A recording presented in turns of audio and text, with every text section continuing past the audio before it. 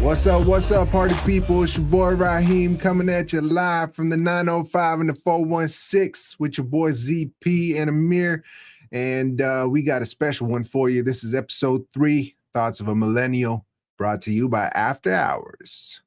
We're going to get into some real heavy things today. And we're going to start off by me asking you guys a question. And I'm going to give you a scenario. And I want you guys to essentially tell me who you think the company is. All right. So you're running a top tier company and you're killing it with engineering, ingenuity, and you're miles ahead of competition. So much so that your competition wants to merge because they're losing business and they're failing. So you take your successful top of the line business, merge with this failing company, and then align your focus and vision to the vision of the failing company. After merging, you keep on all the execs from the failing company and restructure, let go of most of all your employees. You decimate the R&D department. You then move your headquarters to a different city from your production facility and essentially cut off all communication between your C-suite execs and the engineers. So one hand doesn't know what the other hand is doing. Then you hold a worldwide event to launch a new product, amaze the world with it, only to find out that you were scamming them and didn't really have the product. You just had the shell of a product.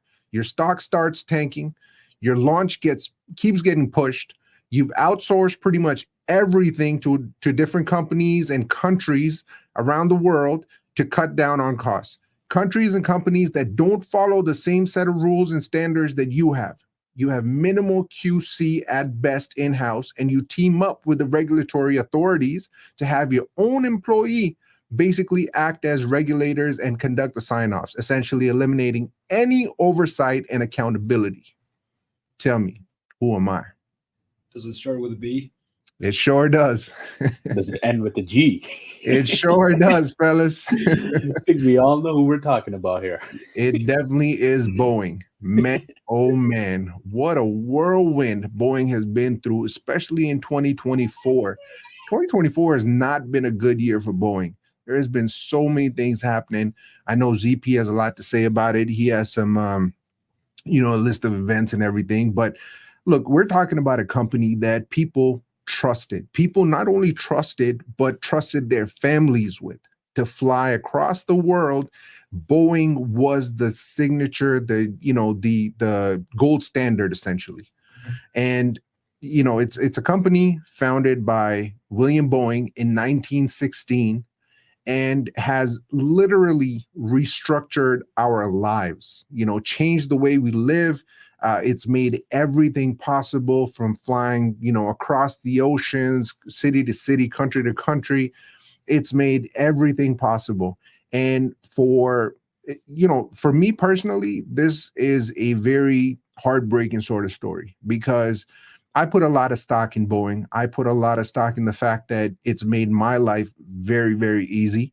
It's made many millions of people's lives very easy. But to hear that the safety standards were completely just annihilated, there was no oversight whatsoever, that's heartbreaking, man. CP, what do you think?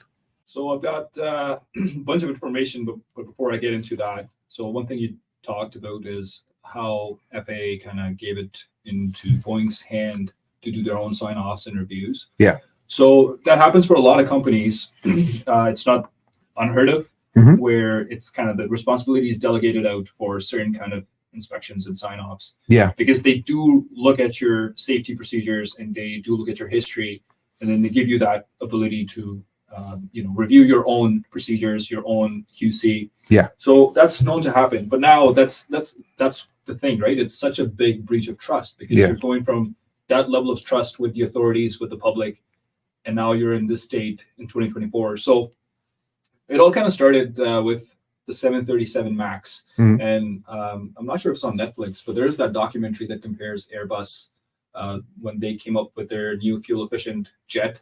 Yeah. Boeing took a shortcut to compete with that jet. The shortcut that they took is they took the same old 737, developed it into the Max series. But the shortcut that they took was, instead of changing the position of the engines, they changed the software, the way that worked. Or maybe they did change the engines, but majority of it was they took some shortcuts. So what they did was, I actually watched it through and through. Okay, I can't remember the whole thing. Yeah, anymore. so they essentially, because it was the same model plane, yeah, but the engines were bigger, heavier, and more fuel efficient, they had to move them up a little bit. And because they moved them up, what was happening was that the plane, when taking off, it would sort of go this way, right? And so they developed the MCAS software, which, by the way, also spells out scam. But yeah, so this MCAS is supposed to stand for Maneuvering Characteristics Augmentation System. What it's supposed to do is, when the plane is going this way and, you know, going nose up, it's supposed to get the tail up so that it levels it out. Correct. The pitch angle. Pitch angle, exactly. So it's supposed to vertically stabilize, bringing the tail up and the nose down.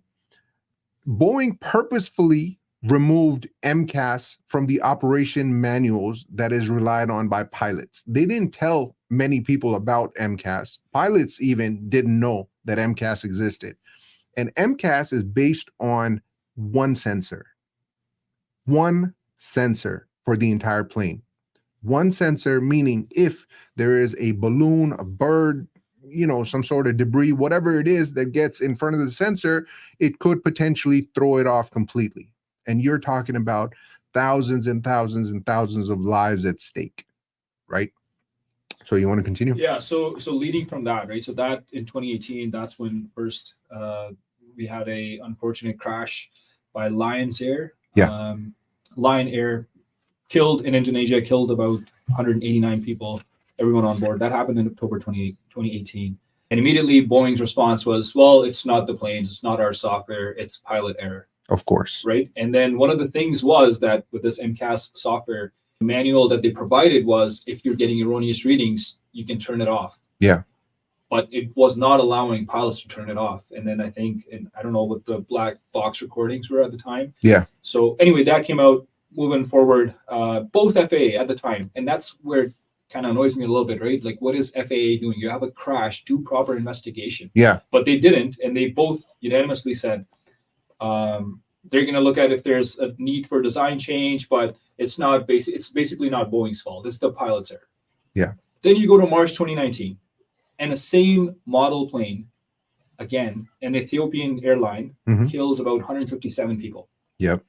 And the same kind of, recording about, hey, we can't get the plane. It's getting into a stall position. Same kind of trajectory of it crashing. So now you have two, and at that time, it took the airlines. So I don't know if you remember, but in Canada, we had Air Canada. Pilots started to refuse to fly these planes. Yeah. Yeah. And some of the airlines, they started to ground these planes. So their response came before the regulator, which is FAA. Yep. So FAA was still saying the planes are safe. You had two crashes with a span of 6 months. Yeah. And we still had FAA saying and Boeing saying, we're investigating, but the planes are safe to fly. And it took pilots refusing and airlines grounding these jets. And then it became a big deal. Come on, Boeing. That's 2019, right? Yeah. Fast forward to 2019. I want to go into, so October 2019, Boeing fires Kevin McAllister, the top executive for its commercial airplanes division. Yeah.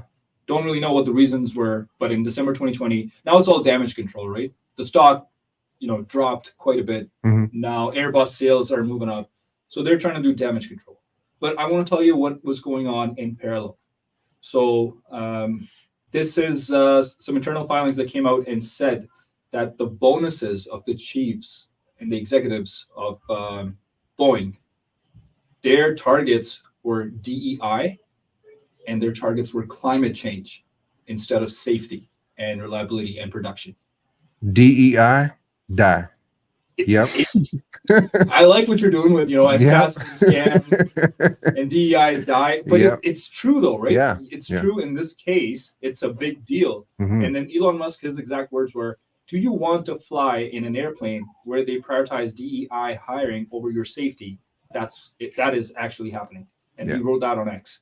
I'll fast forward to 2024. Now I have a whole timeline. I don't think we have time to go through each and every event, but basically from 2019 or late 2018 all the way till 2024, we have a string of these events happening. More more recently, you had an Alaskan airplane. One of the panels just flew off. Yep. And then they found 4 bolts missing. And then they did an inspection. So out of the 90 planes, about 40, almost 40 planes, that's almost half of the sample size. Yeah. They had some sort of defects in those planes. Unbelievable. So again, I don't know where we're going to go from here. Boeing's own employees are not. I saw this one article where the guy enters the plane, and this entire time he wanted to fly in a non-MAX plane. Yeah. Checks in, makes sure the plane is not a 737 MAX or any MAX model. Anyway, gets onto the plane and then reviews the safety card, and on the safety card it says it's a MAX plane. And the plane is about to disconnect from the gate, and the air hostess is, closing the door, and he jumps up and he goes out. He's like, I don't want to fly on this plane. Wow. I purposefully paid extra money to not fly on this plane. Yeah. I don't want to be on this plane. And then he took off, and he was one of the production managers from senior manager productions at Boeing. Wow. And this just happened. This happened like last month. Damn. So when you have Boeing employees not trying to fly, and then we all know about the most recent one, right? The whistleblower who got shot 8 times by suicide in the back of his head. Yeah. If you know back of his head. It's just a suicide, right? He shot himself in the back of his head one day after he testified. Unbelievable. So anyway, you might have more to add on that part. And I do, man. I did a lot of research. So Amir, you want to share some thoughts? Well, man, I gotta agree with you guys that these things are happening on a lot more frequent basis than they used to back in the day, and something is amiss over here. And all I just want to add over here is that something needs to be done, and someone needs to step up and say, okay, it's not just about making money, it's not just about bonuses, it's about people's safety and environmentally friendly behavior for everything that we're designing and we're deploying. And 100%. I really want to see, and I'm sure I'm not the only one, everyone here listening and watching would like to see some kind of a change, a positive change come into light, to see where whatever changes are being done we're keeping in mind that the public safety and environmentally friendly matters are in play and as a primary priority in the matter. But you take over. Yeah, well, I mean, look, what I was going to get to was, you talk about safety, you talk about quality, which are both very important things. And, especially when, millions and millions and probably even billions of lives are at stake. The founder, William Boeing, he was known for quality and craftsmanship. He actually once said, I would rather close up shop than send out work of this kind, when he looked at some shoddy work. They built nearly 100,000 aircrafts for the Allied forces in World War II. Boeing did. And in 1967 is when they initially introduced the 737. Boeing was used, or is used actually, for Air Force One. And then in 1969, Boeing launches the iconic 747, hailed Queen of the Skies, right? Now, in my initial little intro that I did, where I asked you guys who the company was, I mentioned that there was a merger. So in 1997, there was a merger between Boeing and McDonnell Douglas. That was for $13 billion. McDonnell Douglas's approach was profit first. And that's essentially the direction that Boeing, started going towards. Instead of quality, instead of engineering and ingenuity, they started more focusing on the profits, the shareholders, the dollars, basically. Harry Stonecipher, then president of Boeing, changed the culture, right? And this is right after the merger. He said, when people say I changed the culture of Boeing, that was the intent, so that it's run like a business rather than an engineering firm. So you can see right there, his vision, his stance was all about business, nothing to do with research, development, engineering, none of those. In 2003, Boeing's reign of success came under threat And this is ZP to your point, where you were talking about Airbus. So their European competitor Airbus launched in 2010. They actually launched A320neo. That caught Boeing off guard and sold a record-breaking 667 planes in 1 week. 1 week. For context, Boeing had sold 508 737s in the entirety of 2010 of what Airbus sold in a week. So that happens. 2011, Boeing launches the 737 MAX, which we had just spoken about. It was just an update on a 45-year-old model where they just put a bigger, heavier, more fuel-efficient engine, and then the whole MCAS situation. So right now, Dave Calhoun, who's basically running Boeing, he was basically CNBC approached him about everything that was going on with Boeing, and his response, which really shocked me a little bit, he said a quality escape occurred. A quality escape occurred? What does that mean? That sounds like some kind of an excuse. Sounds like a fart in the wind.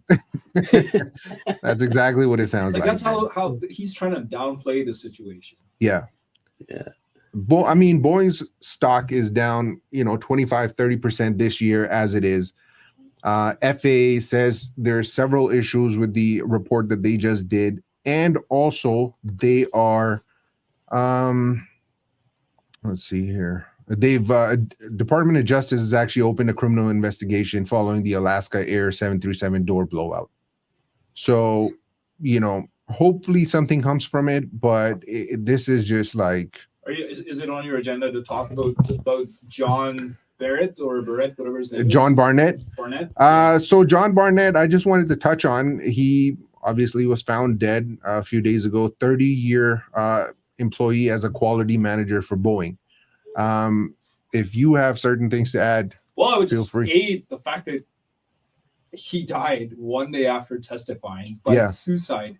And now there are videos coming out of some news agencies reporting on it, which talk about how he told one of his friends that if I die, it's not going to be a suicide. Yeah, suicide, just like Andrew Tate. Corporate America at its prime. That's so scary. Yeah. So this guy retired in 2017 after his 30 years of career. Yeah. He came out of post-retirement along with some other employees, and he was very vocal about this man's a hero. Yeah. Because what do you have to gain, right? You're retired, you're collecting your pension, you can just be, enjoying your cruise or whatever vacation. Yeah. Right. He's 62 years old, still, full of life. Anyway, he decides he wants to raise awareness about these issues. So he just goes to the media and talks about the safety issues. And then Boeing says in 2019, the first time, right? Yeah. He says, Boeing says, no, there's nothing wrong with it. All our planes are fine. So one of the concerns he brought up was there were metal shavings that can cause short circuiting of wiring. And, there's a special kind of nut that they were using, which was causing those shavings. Yeah. Mid-flight. Anyway, Boeing ignores it. FAA gets involved. They inspect planes. And guess what? They find those shavings. Yeah. So now this guy's getting credibility, right? He's not just this person was crazy. No, he's coming up with legitimate concerns. And since 2019 to 2024, he's been pushing, trying to hold Boeing accountable. And then this last little iteration of all these events, string of events, now he's getting more attention. He's testifying, and he's trying to give more proof and more internal workings of how there was production pressure.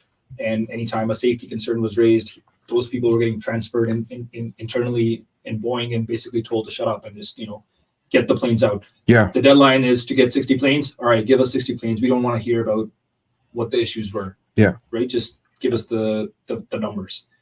Anyway, this person, sorry, go ahead. The last thing I want to say there is, go ahead. The person saying he's not going to, if he dies, it's not going to be a suicide, and he's found dead in his car.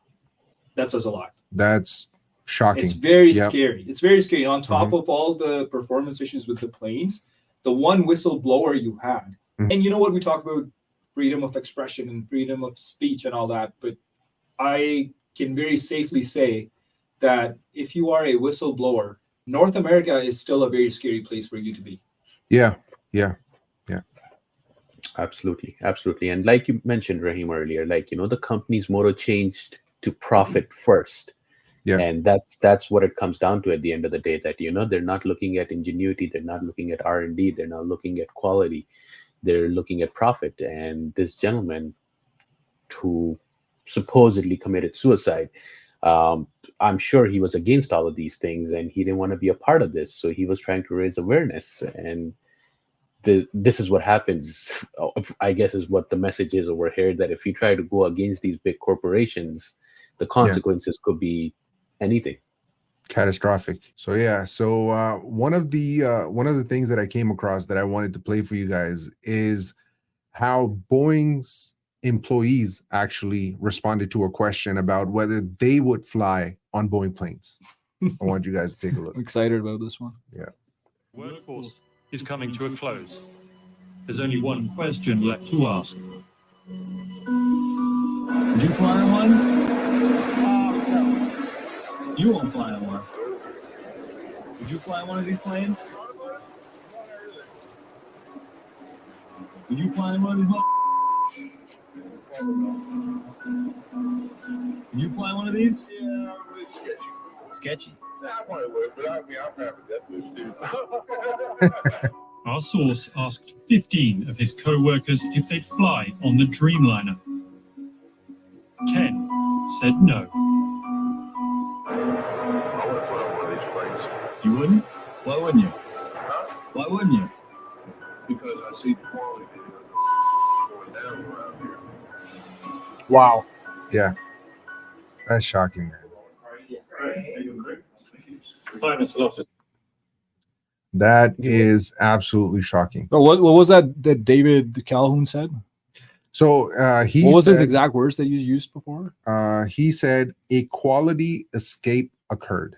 Yeah, like look at that video and talk about your little quality escape. Yeah. It's your entire workforce has no trust. Exactly. And for anybody that hasn't seen this documentary about Boeing from Al Jazeera, I highly recommend it. There's a part where the guy is talking to an employee in the facility, and they're talking about drugs. And the guy's like, yeah, they never do any drug tests or anything. We can get any type of drugs that you want here. You just got to place the order. He's not going to have it on hand. You just got to place the order, just like McDonald's. Got to place the order. So you can get Coke, weed, whatever you want. You can get it right there, So, and actually, as a matter of fact, to add on to that, the guy's like, oh, yeah, I mean, most of the employees, they smoke up during lunch break and then they come back. So that's There who goes quality was control. building the planes. Yeah. Yeah. That, man, it's so shocking that, something that literally takes thousands, millions, billions of people across the world on a daily, minute by minute, second by second basis, that you're taking, for granted, and you're basically just, not taking any sort of responsibility or accountability, right? How is there not multiple levels of quality check that is being done? How is that even possible? I mean, we talk about cars. Look at all the, tests and crash test dummies and, different things that the cars go through, right? Planes. I almost feel cars go through more rigorous testing than planes that Boeing is manufacturing right now. And it almost feels like that, at least in North America, I see that people go do all kinds of drugs in their break and then they come back and start their work, whatever they're doing, right? Whatever their job may be. But in a company like Boeing, or in a company that's so big and people are trusting the company with so much, how can they not have all these rigorous testing for their employees? And maybe even a bigger question is that if the quality is that bad, why are airlines still going to Boeing and purchasing planes? So, it's an interesting question you bring up. Well, two reasons. Number one, so there's only two main manufacturers. One is Boeing, the other one's Airbus, right? Which is the European company. Now, my question to both of you guys is, how much of this falls on Boeing, like all the crashes, all the issues that have happened, and how much of it falls on the actual airlines? Because, and the reason I ask this, I mean, I know up front it just seems like a very logical question. 100% should fall on Boeing, but when the planes go through wear and tear, every airline has their own mechanics and quality control, and people working on the planes to make sure that they're up to date. So when the planes come into the facility, do they not do their own quality checks and quality control? So how much of it do you guys think is on Boeing and how much is on the airlines? So personally, I would say for me, it's Boeing. And then if there's anyone you can blame more than Boeing, is FAA. Yeah. Well, FAA for sure has to be, it's held accountable for 100%. their actions. I mean, this is just reprehensible, man. It's unbelievable. And it's one of those things, right? It's, again, I don't know if we don't have to get into it too deep, but the lobbying factions in states, yeah, they have such a great pull on what the process is going to look like. Yeah. Right. And you see that with everything. You see that with big pharma. So vaccines. Yeah. Right? Your what is it? What's the is it CDC or who? What's the? Do you know what I'm trying to talk about? CDC is the who approved the vaccines or drugs? Yeah. CDC FDA is the Food and Drug Authority, and CDC is the one that looks after any drugs that are coming through. Right. Yeah. So you see that, and we kind of saw a little bit of glimpse of that in Canada as well, where if Pfizer, let's say, or Moderna or whatever, they did their own testing and then they came back and said, oh, this vaccine is safe. Yeah. We'll just take their word for it. Yeah. Without doing our own testing or looking. And then that's what was happening with Pfizer vaccine too, right? And we saw that a little bit of a tangent here, but we do see that big corporations have a lot of pull in determining what the process is going to look like. Yeah. So we saw that in vaccines. We're seeing that now live for Boeing, where, FAA didn't do any audits of the process, didn't do any audits of what the safety and quality processes are. So to me, the two people to blame are Boeing and FAA, or two entities to blame. The reason I'm not going to fault airlines is airlines, people can review. People can, say, okay, Air Canada, let's say, is good. WestJet is good. Spirit Airline, maybe not so much. Or if you go to Ethiopian Airlines, maybe not so much. But Emirates is good. So people have a lot more ability to review and, give public feedback for all the airlines. And then the second thing is, as you mentioned, airlines didn't even know about this MCAS, MCAS software. Yeah. And they didn't even know. Like Boeing just went, and Boeing has such a reputation, right? They have such a pull. This is such a big company. Have been manufacturing planes, as you said, since 1900s, early 1900s, right? So when they come and they give a presentation, hey, we have this MAX series. These are brand new planes. They're fuel efficient. It's going to be half of what a 320 Airbus plane would cost you. What are you going to do? You'll have to accept. Because as you said, there's a monopoly almost, right? There's only two companies. You can go either Airbus or you can go Boeing. Yeah. And if you're already a Boeing customer, you would want to stay with them because the procedures are the same. The software is the same. Your pilots are trained on Boeing pilots, right? You can't just go and make a switch. Yeah. You can't just go from Boeing to Airbus because now your pilots have to get trained on brand new planes. Yeah. And that's not an easy task. That's a lot of money. Well, what I would say, man, like if I'm a CEO in this company, I'm looking out for my employees, such as pilots, air stewardess, basically all the customers that are flying, all the passengers that are flying in my planes. I'm looking out for all of that. So when a plane or any sort of product, whether it's a plane, whether it's a car, whether it's a bus, whatever it is, if a product is coming, I want to know every single thing about it. And the MCAS, Boeing did not disclose the MCAS. However, if once the pilots started flying and they noticed that something was triggering, because one of the documentaries that I saw, they mentioned that MCAS so the pilot would correct and then MCAS would self-correct again. Yeah. And then they would continue correcting, and that's what caused, it going basically nose down, right? So if pilots noticed that something was off, immediately my concern as a CEO would be, hey, let's take this off for the time being. Let's put a brake on this sort of plane. Let's figure out what's going on. Let me reach out to the manufacturer and figure out, is there something that we should know about, whatever the case is, right? I would take some sort of responsibility. So I would put it at 90-10. I would say 90% Boeing, 10% on the airlines. And FAA should absolutely be held liable for their inaction, I would say, throughout this debacle. And sorry about the CDC. So CDC is the Center for Disease control, communicable disease control and stuff like that. Disease control, yeah. Disease control, exactly. So they're the ones that came out with the vaccine, the recommendations, 6 feet apart, and wearing a mask and all this nonsense. So FDA is the one that basically approves the drugs. Yeah. Yep. Okay, Amir, go ahead. What do you think, man? What's the percentage? No, Give me some man, numbers. It's a very difficult thing to say that this or that, but I'll definitely say Boeing would be the first, or the manufacturer of the plane, whatever company it may be. The major, it should be the major one to take the hit and to be blamed about all these issues that are happening with the plane. Especially not disclosing a safety software is a very big risk that you're putting there. You're basically jeopardizing, gambling on people's lives, and this is not the right way to do business.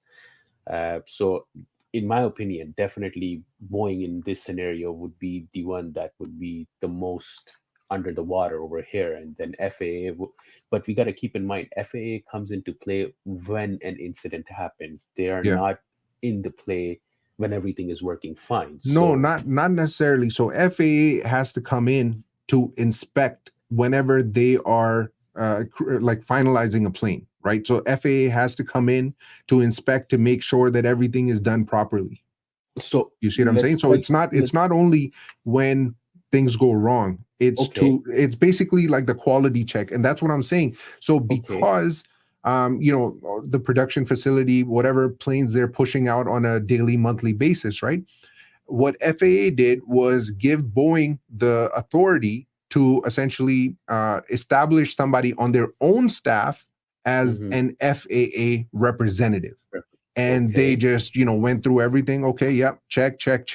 Doors look good, check, boom, out the production facility. Yeah, you're not even taking the plane for a test drive in this scenario, it sounds like then. So that's definitely not the right way of quality controlling or testing the plane rigorously to make sure that it will withstand the pressure that it's put into on a daily basis when it's out being used in production.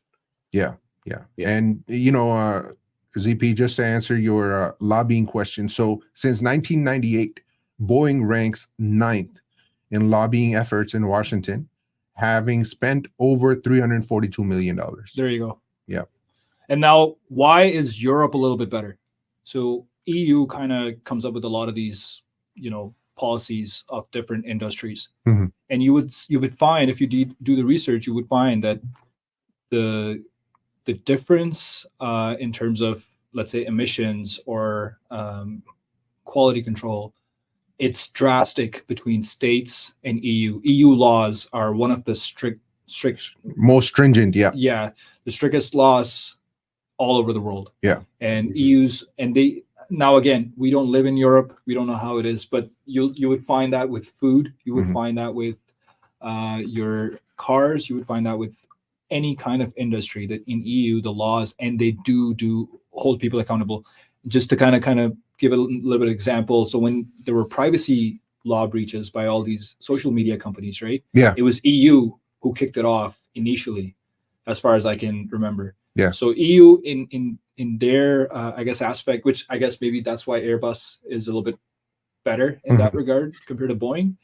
That there's very little lobbying because you don't have one centralized government, right? It's the EU, entire Europe. So you can't really go and lobby one government to start making laws that favor you.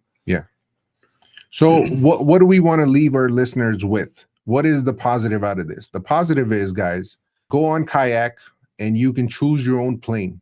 In the filters, it actually gives you a drop-down menu of choosing Airbus or Boeing. So I would say book your next flight through Kayak, although I'm not getting paid for this.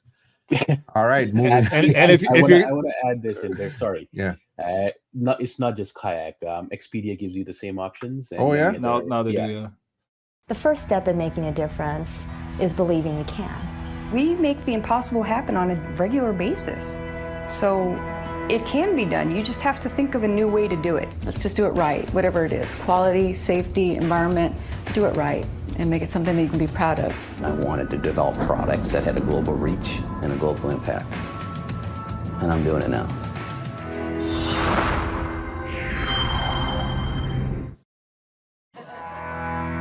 At Boeing, we make the impossible happen on a regular basis. At Boeing, we take pride in our work. At Boeing, we believe the first step in making a difference is believing you can. And I'm not talking about any difference. I'm talking about a positive difference in share price. The share price needs to go up and stay up, like our planes do almost all of the time. Since its founding, Boeing's been built on quality, safety, and trust. And then we thought, let's try something new. I joined Boeing because I wanted to invent things no one ever dreamed of. And they told me if I wanted to do that, what I needed was to invent a time machine to 1992. I did tell him that, and I think the joke landed, like our planes do, almost all of the time. Whatever it is we do at Boeing, let's do it right. Or let's do it close enough to right that no one can tell the difference from the outside, and then everyone will just keep their mouths shut.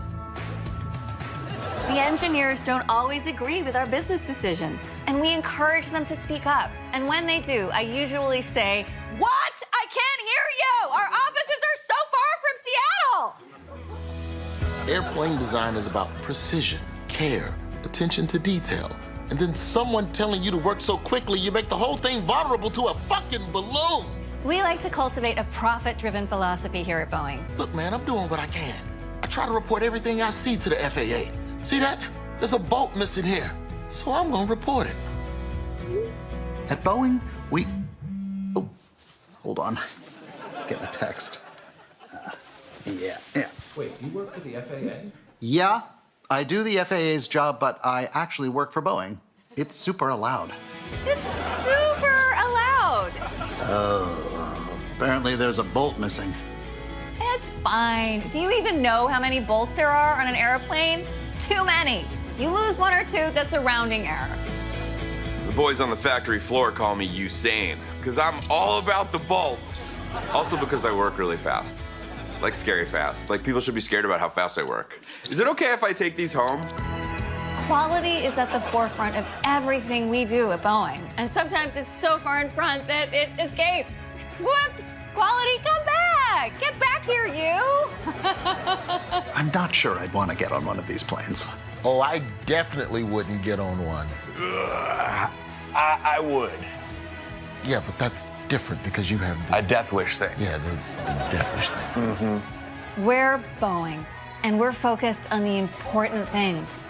Raising stock prices, increasing stock prices, making stock prices bigger, or elevating stock prices. Delivering value to shareholders at any and all human cost. Boeing, we went to business school. Well, if you're gonna fly Boeing, just buy a big insurance policy and put me as the what do you call it? What's the person? A beneficiary. A beneficiary. Yeah. Yeah. So if you're flying Boeing, put ZP as the beneficiary on your insurance policy. And there you have it, ladies and gentlemen. All right, let's get into the next topic. Okay, so we got a couple of different things that I wanted to talk about. I'll let you guys pick and run with whichever topic you find most interesting first. So we can talk about New York City deploying the National Guard. We can talk about, oh man, President of France, Emmanuel Macron, and everything that's happening with Brigitte Macron. We can talk about that. We can talk about John Cena at the Oscars. Talk about that. What else can we talk about? Haiti. We didn't cover Haiti last time, so we could definitely talk about that because I know, Amir, you have a bunch of stuff that you looked up on Haiti. Mike Tyson, Jake Paul. I think that's interesting, man. Just freestyle off the top of the head. You know what I mean? Like who's going to take that? What's going to happen? I'd love to get into that. And then the TikTok ban. So what do you guys think? Who wants to start? Well, I think we could talk. So I don't know. I think we're at 36 minutes right now. Yeah. And if you want to talk about all those topics, it's going to be a while. So, well, let's pick the most interesting. That's why I went through the list to pick the most interesting ones. I'll leave it up to Amir. TikTok ban. Sure. TikTok? Yeah. Okay, sounds good. So TikTok ban. Basically, the government came out last week and said that ByteDance, the parent company of TikTok, has to sell majority share to a U.S. corporation or a U.S. held entity, and they've given them about 5.5 months to do so. What do you guys think? Is there something you guys want to add? And then also, what sort of implications does this have? What do you think that the government is trying to do here? Are they trying to, protect us from the CCP? Is that because, that's what they're hiding behind? They're basically saying that, China is getting all this intel, China is getting all these details from us, and we want to protect our citizens. We want to make sure that CCP isn't gathering information. But if that's the case, then shouldn't the government actually start by infrastructure first? Shouldn't the government first ban CCP from buying up farmlands, buying up natural resources like water plants and land, properties and investments like throughout the U.S.? Isn't that where they should start compared to a social media app? But yeah, I'd love to hear what you guys got to say. You have a point, man, over there that yes, they should be controlling all these infrastructure related items. But in today's day and age where most of the stuff is digital, you got to understand, if you have 1,000, a city of population of 10,000 people, let's say in a town, and out of those 10,000 people, 9,500 of those people have, say, TikTok. Yeah. There's a lot of information about that town that is now available through the TikTok to the Chinese government or whoever wants to get in that information. So, and they can do this without spending any money, without spending any resources, without sending anyone over there to go do some R&D, and is just in the form of digital electronic signals coming into their system, and they have access to it whenever they need, however they need, from wherever they need it. But so let me push back on that. What do you think about all the products that are coming out of China? What about all the electronics that are coming out? What about, the cameras that we install for security and everything like that? All those feeds, right? Agreed. So that was my second point. So yeah.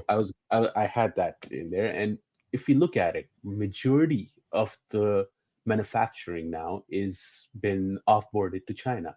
Most of the products, even if you go buy an iPhone, it's designed in US, but it's made in China.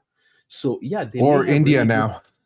or India now, right? And Yeah. very soon we might even have Teslas being manufactured in India. So Yeah.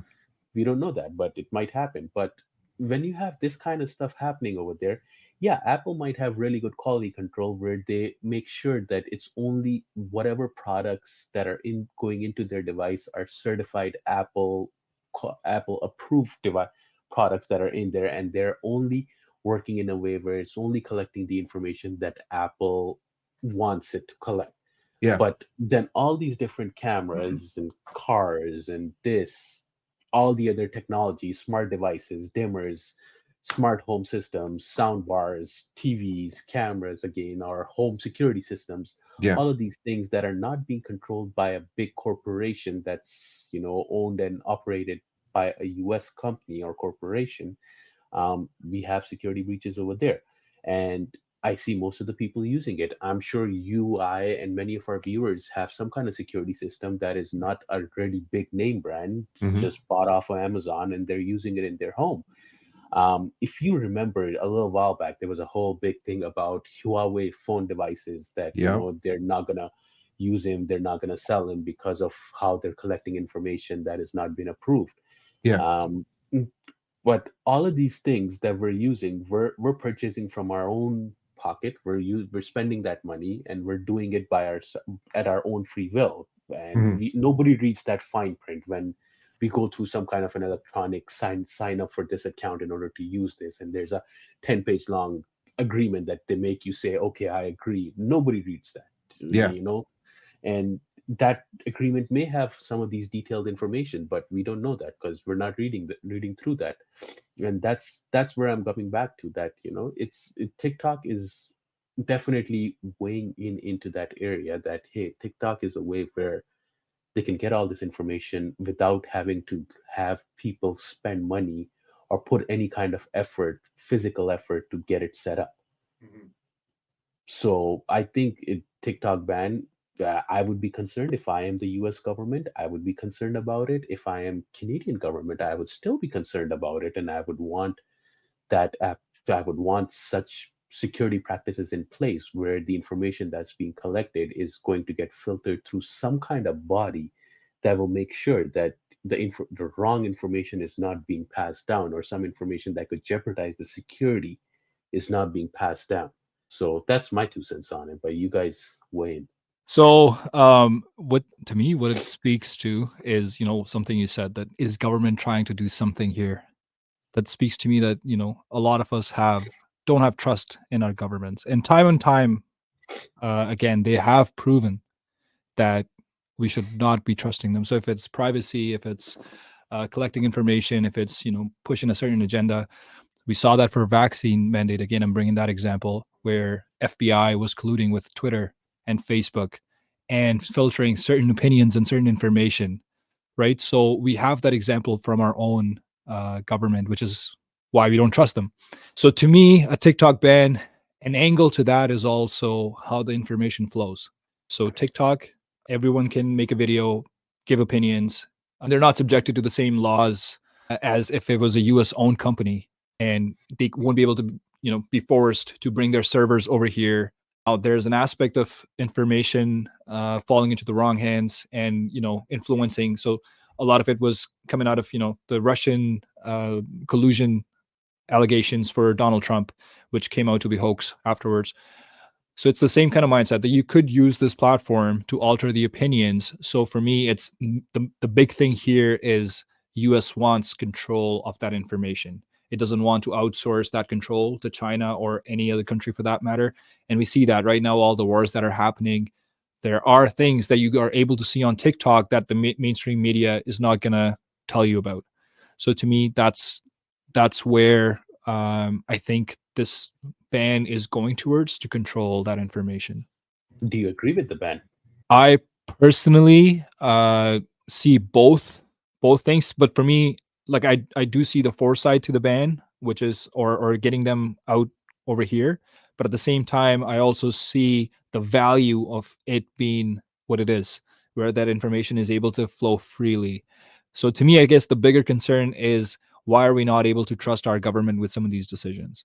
And what is the root cause of that, rather than one app? Because the same logic is going to get applied to Twitter, to Facebook, to Instagram, to any other information source. We're seeing that applied to being the channels in Canada, right? If you're not publishing Canadian news or news from Canadian sources, your information gets banned or gets not being displayed.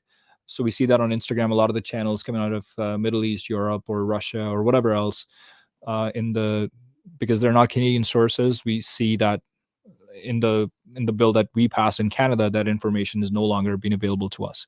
Go ahead. The way I look at it is the following. So I think this is a start.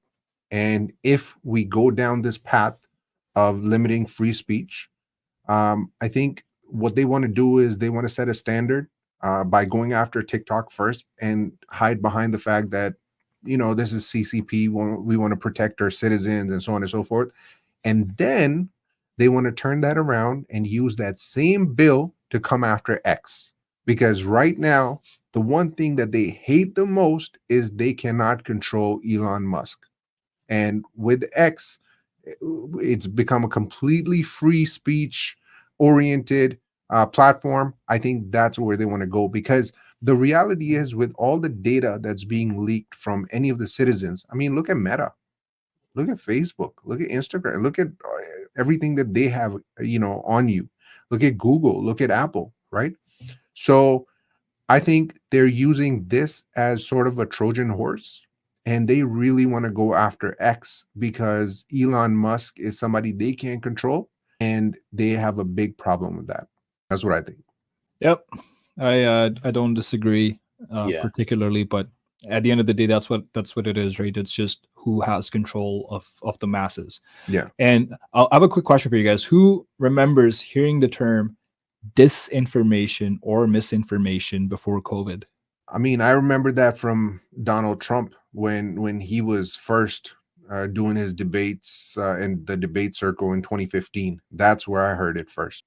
What? But wasn't he using more fake news rather than He was, but yeah, it was disinformation at the same time. Oh yeah, yeah. I personally think like we have seen. So maybe it was used, but I personally think that we see a lot more mainstream media just misinformation, disinformation. Yeah. So just take what we have, what we're giving you, but don't look at any other sources because that's misinformation and that's disinformation. So that's what I'm getting at. Yeah, Right? yeah. That's the world we're getting into, where if you find any information from any source that you trust, and if it's not a mainstream, then you're going to be an outcast and you're going to be told, hey, that's not the correct information. Just listen to us. What we are giving you is the correct information. Everything else is misinformation and disinformation. Yeah. So I think it's kind of, to me, I could see that happening. Yeah, you're going to ban TikTok. Anyone comes up with their own entity. If you can enforce your laws on that company, and it makes sense too. But I guess it goes back to, we want to be able to trust our government with these decisions, right? So if they say, yes, CCP is going to be taking control of this information and maybe misusing it, I want to be able to trust our government. But as you said, on the other hand, we have a border that's not secure. So you have Chinese immigrants who are coming from there, and then there's no control who, if for all you know, they could be CCP spies. Yeah. How do you know, right? Absolutely. So they're walking in, and then at the same time, they're buying land. We saw that during COVID, markets were manipulated a lot by Chinese investment. Even in Canada, right? There's a huge investment. So you can't just, be at two extremes where you're not letting them have a company, but at the same time, you're allowing all these different things to happen. Yeah. And, honestly, this leads me perfectly into what's happening in New York. I mean, New York is deploying the National Guard and basically has militarized their law forces by putting the National Guard on the subway system. Bags are being searched. People are being searched. Repeat offenders are being banned. So the question becomes, is it about protecting the public, or is it about piloting and grooming the general public for no more freedoms or rights and a potential martial law? That's what Alex Jones thinks. And so if we do go down that pathway, which, leads us to conspiracy theories and so on and so forth, I just want you guys to pay attention to this, right? I want you guys to think about what happened during the pandemic, the fear mongering, the lockdowns, the shutdowns, the forced vaccines. Think about the blocked social media accounts, the canceled accounts, censorship laws around the world, freezing of bank balances and bank accounts, arresting people for things they've said on the internet, and basically imprisoning them, and using government proxies to censor dissenting voices. Think about that when you think about what's happening in New York, and is it really that far-fetched to think that they are potentially grooming us for, a martial law? Well, what's the end result here? Okay, let's say you groom people to be okay with this increased security. Then what? What is the ultimate goal here? Control is the ultimate goal. Control has always been the ultimate goal. But I feel like they already have it, right? Not to the extent that they want, man. With social media, I think social media is a third wheel that they absolutely hate, because it has given voice to a lot of different people, and it has brought a lot of different things up to the forefront, right? Things that maybe you and I didn't know about, things that weren't covered in the news, and people that just relied on the news, if they didn't see it, it probably didn't happen, right? So social media has eliminated that completely. It's put a lot of these things up at the forefront. It's brought a lot of different stories, basically brought the world at your fingertips, right? So I think they're losing control. They've lost a bit of control. Leads back to TikTok, and they want to start with that, X, so on and so forth. So it's all about control, man. It's always been about control. My personal take on this specific topic is there's no benefit if so. One of the advantages that I guess West figured out way before everyone else is if you can control how people think, and then you can make sure that the people think that they're free, and the people think they're living a good life, then you can have them continue to work, You can make certain initiatives that they're going to be okay with. But to me, when you start talking about martial law, you're basically using force. You're no longer using those psychological tools like media and information and controlling of that information. So what you're using is you're using force, and force has never been good for any society. So what I'll say is martial law and using those tactics, that's basically a breeding ground for dissent and breeding ground for a revolution, right? So we see that time and time again. I personally think that New York has gotten itself into deep crap by allowing this migrant crisis to grow into what it is. I don't think it's a warfare against our freedoms yet in that, like on that level. That's what I think. So let me ask you a question then in that same regard. Let's say that we fast forward down to November 6th. Elections have happened and Donald Trump has won. What do you think happens? That's going to be a sight. I think they have no other option but to allow, right? I think they have used everything that in their toolbox. It's talk about, weaponizing the judicial system, using every law that was ever created to figure out how to stop this man from running as a president, taking his resources. So I think you have a big support for Donald Trump. They just have to accept it. It's going to come down to them accepting it. And then now the other thing is this Boeing person, got committed suicide by a shot in the back of his head. So that's a very real possibility as well, right? If everything else fails, but I don't think they're going to try and control the people with force, because now we're talking about, Arab Springs and what was happening in Ukraine and started the civil war. So I don't think US wants, the establishment doesn't want that kind of anarchy. But isn't that the same thing that happened January 6th? What do you mean? Isn't that the exact same thing that happened January 6th when they said that, they took down the Capitol and, they basically arrested people, imprisoned them just for showing up, and then later found out that it was CIA and FBI officials that were directing them inside into the Capitol, right? Yep. These people did not have any guns. These people were just simply protesting. And they were locked. Their social media accounts were canceled. They were targeted through social media to then find them and put them in prison. Right. Isn't that what, and that's what I'm trying to get at is so right now they have a real possibility that Donald Trump can win November 5th. Right. And what they're trying to do is they're trying to put the pieces in place before the elections happen. Right. And you're talking about force. This is the force. So if there are protests, they have the National Guards deployed and they have the resources or the training done for controlling. Well, these personally, masses. I think that will happen regardless. Like, let's say they weren't putting this piece now in place, that's a given, right? They are ready for something like that to come up again, because let's say they try to temper with the vote, they try to change the outcome by any non-official means. And we have possibility of rigging, then they are expecting there's going to be protests, and they will do that regardless. So to me, that's not going to be a surprise. I don't think they need to play these. So the mind games only happen until you have to use the force. And then when you break that barrier and you are out there with full force with your armed forces or National Guard, and you mobilize them, I think it's too late for any of those mind games. At that point, it's about I'm the one with the power. I'm going to implement the power, and that's what it is. But it's not just mind games. What it is preparing people.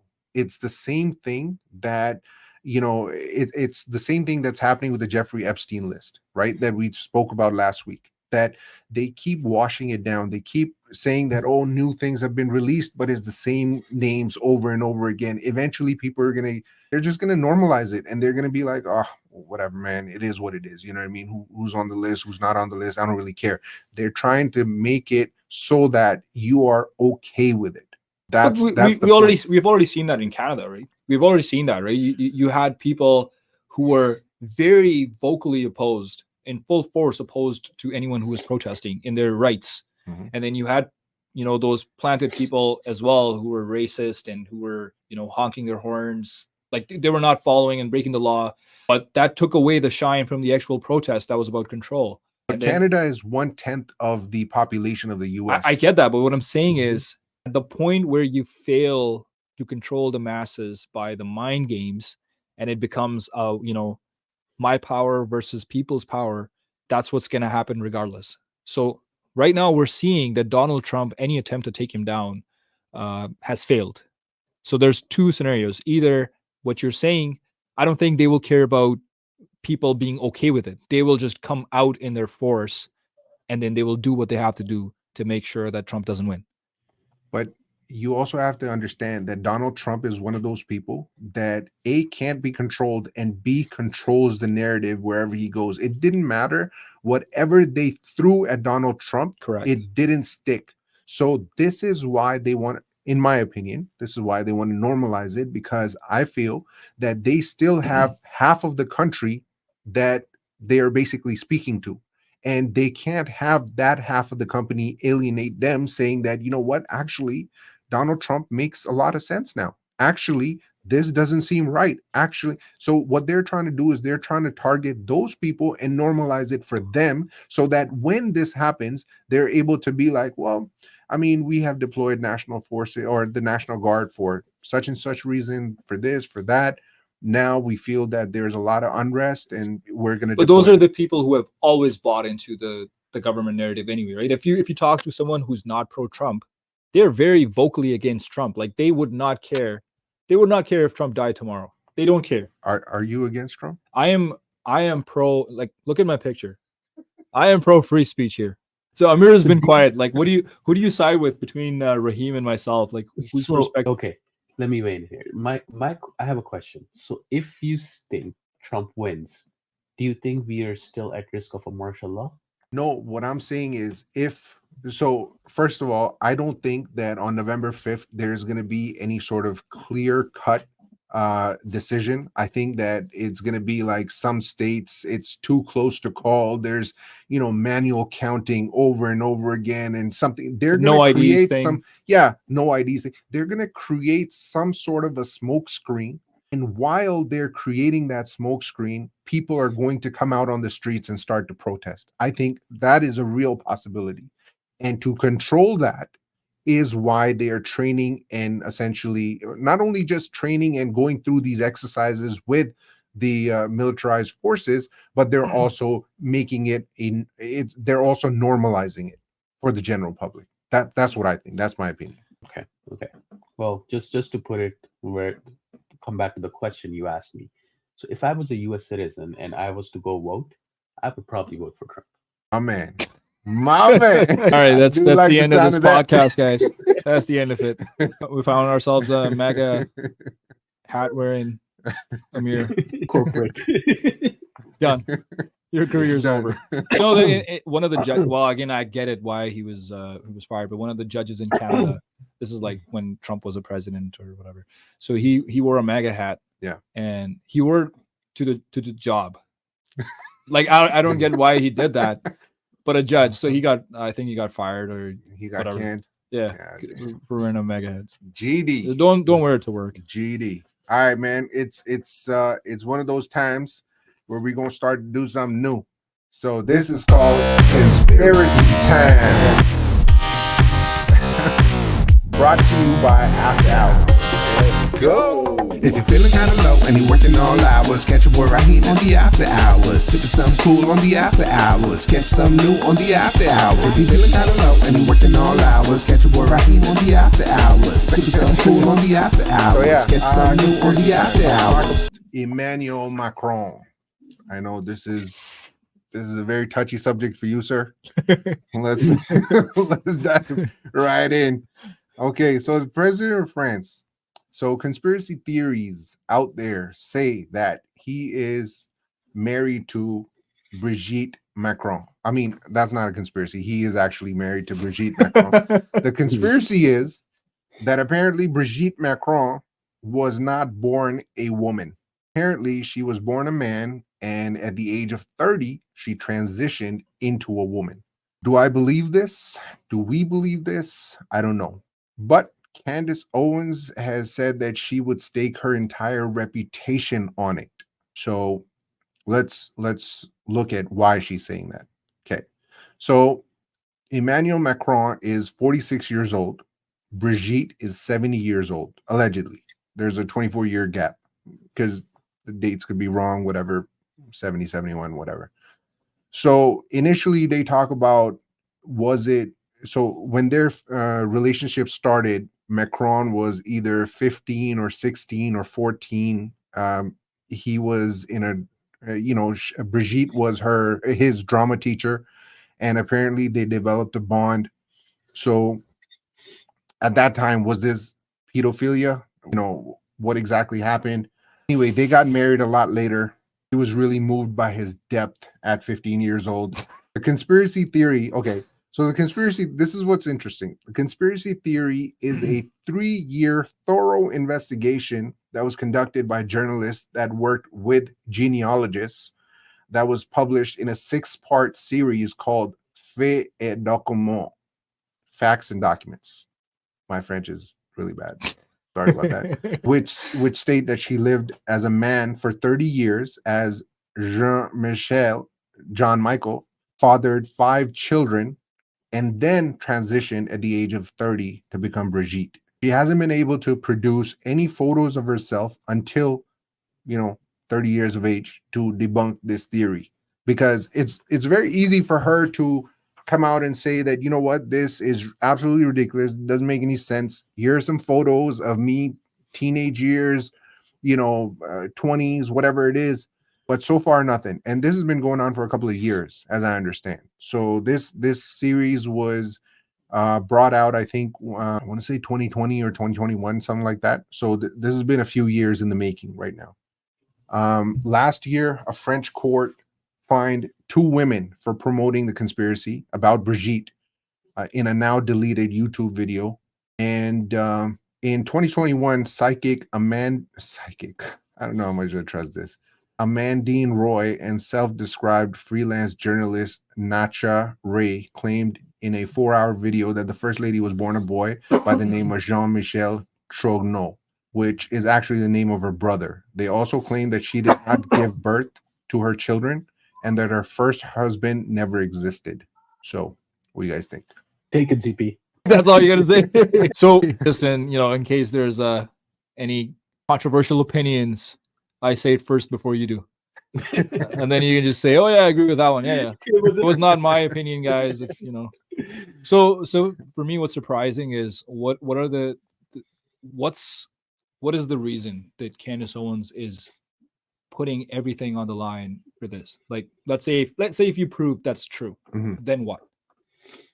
Maybe it's because of the policies of the world and the direction we're going in. Maybe it has something to do with that. Maybe that's why she's trying to make a point that certain people have made it to powerful positions and now they're influencing global policies. So maybe I'm going to assume that is the angle here. That's why she's betting everything on the line and saying that. Now, one thing to clarify, obviously, Daniel said that this is not true. He's very vocally against this. And also to add in, there are similar conspiracy theories about Michelle Obama. What do I make of that's? We're in the conspiracy theory section, right? We are. So anyway, so these theories, personally, to me, I take them with a grain of salt. Obviously, it's a big thing. Yeah, if you have certain agendas making it to the top with powerful people, and now they're pushing certain things in schools, and whatever they're doing with that information, or whatever mindset that they have. That's why there has to be that transparency out. If it's true, people should know about it. But at the same time, I personally don't think it matters too much to me that I care about it. If it is true, I don't care. If it's not true, I still don't care. I want to live my life free. And if the French president wants to live his life a certain way, like, let him be. Who cares? I don't really care about that. Exactly. Everybody has the right to choose how they want to live their life. But if Candace Owens is putting so much at stake over here, you gotta understand that there must be something that makes her say that. So we just have to be we have to take this with, like you said, a grain of salt. There might be some validity to her statements over here. Now, if you can prove that this person is in that, this is the person that's there, and then she is because again, France is one of the G7 countries, so it has a lot of pull on world economics and world the direction the world's going in. So it does fit in nicely with the rest of the the broader agenda in the world. So now if you can prove that's, let's say you've proven this, and now the next step is if we prove that this person is using whatever this person is, whatever their orientation is, they're using that to influence the rest of the world to buy into the same thing. That's when I will get more concerned and I'll have more stronger opinions about this. But until that point, whatever my stance is, I don't really care. Well, I think the reason that Candace Owens is staking her career on it and her reputation is because she's gotten a lot of flack about it, and a lot of people have called her all sorts of names and transphobic and this and that, and basically to defend herself, she's saying that, look, I'm not making these things up. These are facts according to the study or the 3-year investigation that was published in a 6-part series, right? So I think that's the reason that she's putting her name behind it, sort of thing. I see. Yeah. Right. Yeah, but personally, like Candace Owens, I do have respect for her, and some of the topics that she talks about. Yeah. Something like this, when you talk about something like this, now you in order to maintain your credibility, you have to do a lot more than for something else. So that's the part where I just say, like, why even bother about this unless you can tie it back to, hey, this is this and this is why there's this world politics that we're seeing, and then you provide proof for some of those things. Yeah. But until you have credible, very credible, not whatever Roy guy that self-proclaimed journalist or whatever, it's if you say something like this now, that it's going to be, you're basically opening yourself to a lot of challenges. Yeah. Right. So to me, if you want to maintain your credibility, something like this, you just you wait until you have very credible proof, and then whoever did the research or the investigation, let them bring it up. Yeah. Right. All right. Sounds good. Okay, so we are basically at 1 hour and 11 minutes. So let's try to wrap this up. But before we do, let's quickly touch on Oscars. I don't know if you guys saw it, if you guys missed it. John Cena came out, no clothes on, right on stage. Apparently it was a skit. I don't think a lot of people think it was. Yeah, it was a skit, but I don't know. I don't know how I feel about that. Maybe we could talk about it on a different episode.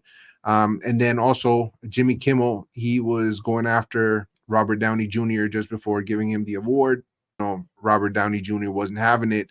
He's had a long history, and he's worked through a lot of things when it comes to drug use and abuse, and him getting off that situation. So for Jimmy Kimmel to kind of expose him like that with those types of jokes, I thought it was a little much. I thought that was below the belt, I would say. Should have slapped him. Should have Will Smith him. Should have Will Smith him.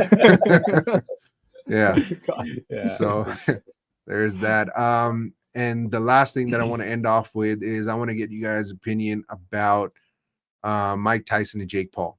July 20th, and it's going down in my hometown, Dallas-Fort Worth, at the AT&T Stadium. I mean, I'm going to definitely try to be there. Really? Yeah, That's man. fair win. It was better use of money than that, man. Who cares? I want to, I guess you care. I care because, why? And I'll tell you why. Because Mike Tyson is an icon.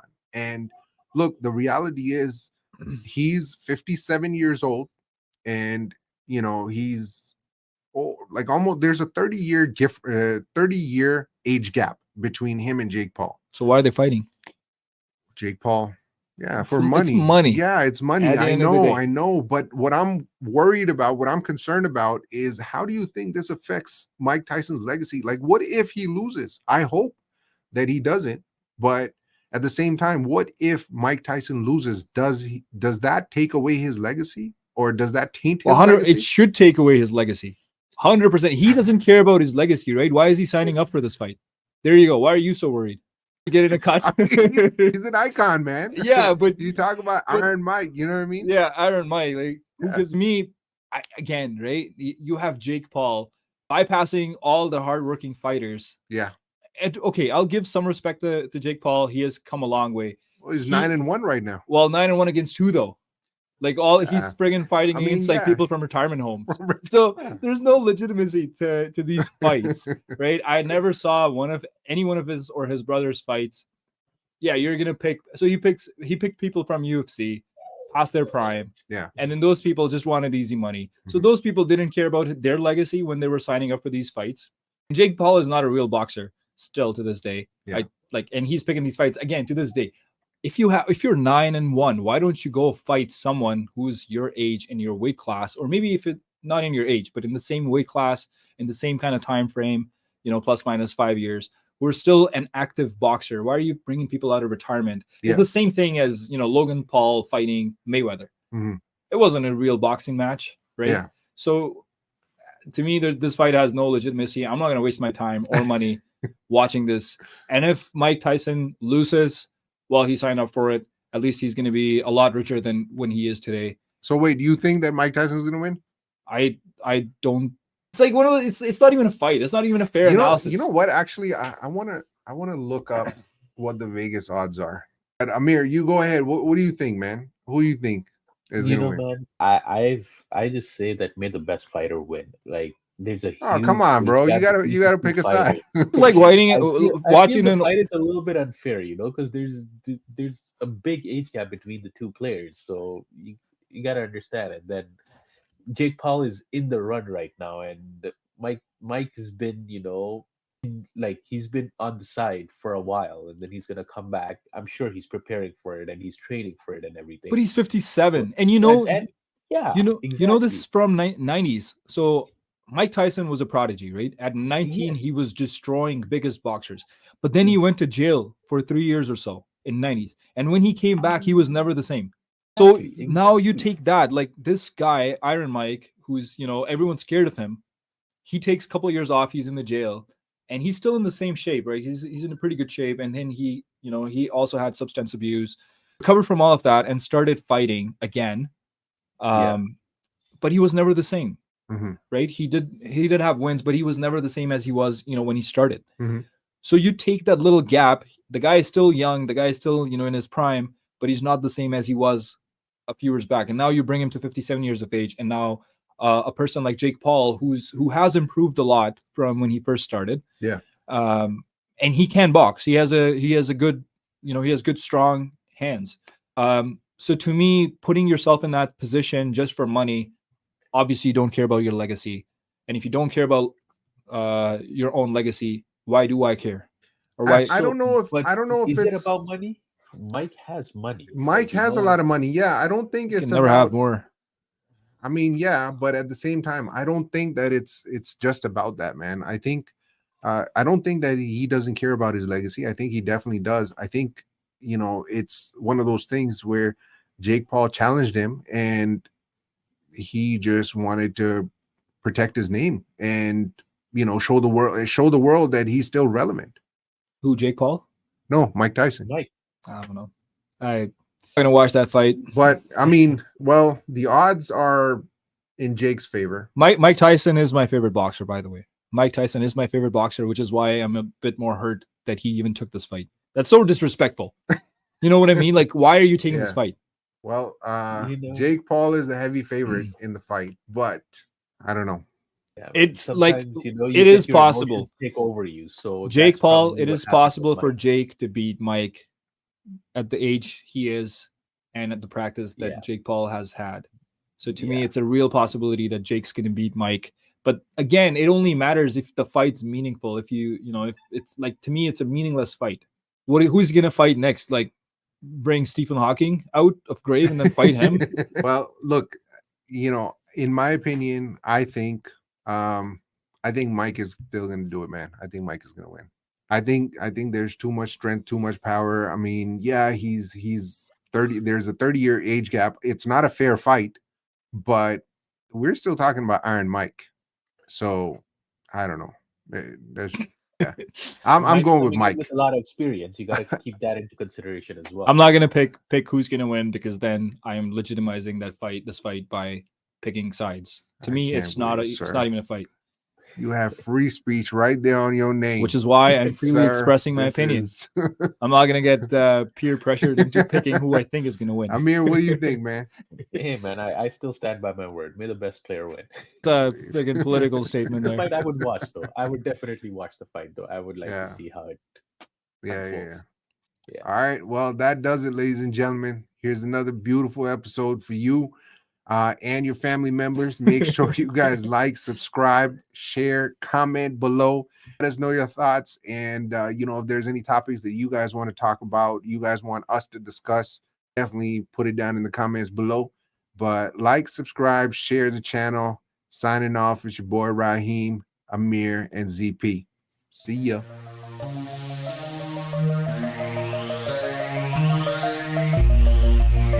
Yeah.